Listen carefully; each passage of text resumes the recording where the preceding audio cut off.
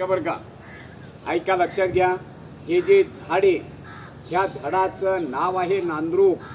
हे झाड तुकाराम बीजेच्या दिवशी दिवसा 12:05 मिनिटांनी आपोआप बनल्या जातं. म्हणजे फाल्गुन वद्य द्वितीया होळी पौर्णिमा झाल्याच्या नंतर 2 दिवसांनी तुकाराम बीज असते. तर त्या दिवशी इथं 2 ते 3 लाख यात्रा असते. त्या दिवशी हे झाड दिवसा 12:05 मिनिटांनी आपोआप बनल्या जातं. आणि तुम्ही गावामध्ये गेला की तिथं पांडुरंगाची स्वयंभू मूर्ती आहे. पंढरपुरावरनं देव या ठिकाणी आलेले. आपल्याला देहू आणि पंढरी अशी दोन्ही क्षेत्र घडली जातात. आणि तिथे एक शिळा मंदिर आहे.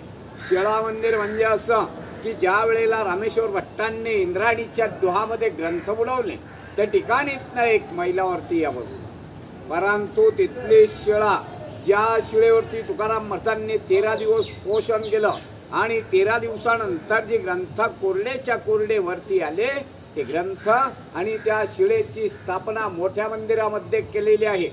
आणि मोठ्या मंदिराच्या बाहेर निघालं की उजव्या हाताला राहतेगार जन्मस्थान आहे. आणि इथनं एक 3 मैलावरती एकांतात भजन करण्यासाठी जात होते तो भंडारा डोंगर इथनं 3 मैला या बाजूला. आणि हे म्हणजे तुकाराम महाराजांचं वैकुंठ स्थान. त्यांनी समाधी वगैरे काही घेतलेलं नाहीये. देहासहित वैकुंठाला गेलेत आणि वैकुंठावरनं 3 वेळा परत आले. तर संताजी जगनाडांसाठी कसे आले? संताजी जगनाडे म्हणजे तुकाराम महाराजांचा उजवा हात असतात.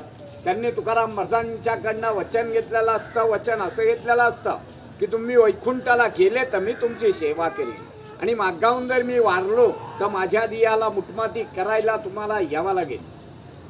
मागाहून ते वारले जातात. वारल्याच्या नंतर तिथले गावकरी म्हणजे 5 ते 6 मैल त्यांचं गाव आहे सुदुम्रहून. तर तिथले गावकरी खड्डा वगैरे खणतात, प्रेत काढायचा प्रयत्न करतात. प्रेत काही काढले जात नाही. ती अपुवा परिवलं. ज्या वेळेला तुकाराम महाराज वैकुंठावरनं खाली येतात आणि एक बंजारभर माती लागतात त्याच वेळेस ते प्रेत गाडले जातो. तसेच ते निळोपर आहे. नगर जिल्हा पारनेर तालुका पिंपळनेर त्यांचं गाव. त्या गावावरनं ते इथं येतात. इथं आल्याच्या नंतर तुकाराम महाराज वैकुंठाला गेलेले असतात. तर त्यांचं असं म्हणणं असतं तुकाराम महाराज मुलीसाठी वैकुंठावरनं खाली येतात, संताजी जगनाडांसाठी येतात. तर माझ्यासाठी काय येऊ शकत नाहीये, मी बी त्यांचा शिष्य आहे. म्हणून ते या झाडाखाली बसून 42 दिवस पोषण करतात.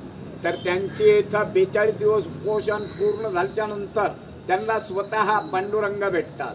तर ते पांडुरंगाला अभंगाद्वारे असे म्हणतात, येथे तुझं लागी बोलाविले कोणी प्राथुल्या वाचून आला शिक्का, निळा म्हणे आम्ही न ओळखीचे देवा तुकयाचा धावा करत असे.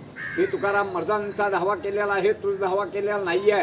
तुला मी ओळखत नाहीये, तू इथे आला कस साडे असे निळोपर आहे पांडुरंगाला म्हणतात. नंतर पांडुरंगाला प्रश्न पडतो. तुकाराम महाराजांना वैकुंठावरनं खाली पाठवतात.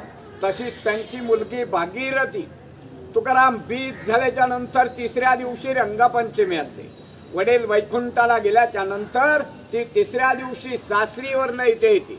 वडील बिगर विचारता वैकुंठाला जातात म्हणून ती आपल्या देहाचा त्याग करते. त्याग करून आत्महत्या करायचा प्रयत्न करते. तर त्यावेळेला आत्महत्या करायचं साधन म्हणजे इंद्रायणीच्या डोहामध्ये उडी मारणे. तर ती इंद्रायणीच्या डोहामध्ये उडी मारते. उडी मारल्याच्या नंतर पांडुरंग स्वतः मत्स्य अवतार धारण करतात आणि तिला ते वरचेवर तारतात. तारल्याच्या नंतर रंगपंचमीच्या दिवशी मुलीची आणि तुकाराम महाराजांची भेट होती. बस मी तुकाराम महाराजांच्या घराण्यातला इथला पुजारी. माझी स्वतःची 10वी पिढी चालू आहे. इथे तुकाराम महाराजांना पांडुरंगाला नैवेद्य करून रोज सकाळी महापूजा केल्या जाते. काय आपली इच्छा असली दक्षिणा दिले तर घेतली जाते, नसले तर जबरदस्ती नाहीये. तर त्यांचा शेवटचा भंग जाते वेळेचा असा आहे, आम्ही जातो तुम्ही कृपा असू द्यावी सकळा सांगावी विनंती माझी. वाढ वेळ झाला उभा पांडुरंग वैकुंठा श्रीरंग बोलावितो. अंत कळे भेटू अम्मासी पावला कुडी स्वैत झाला गुप्त तुका. बोला तुकाराम महाराज की जय. काय इच्छा असली यथाशक्ती नैवेद्यासाठी दक्षिणा देऊन जा.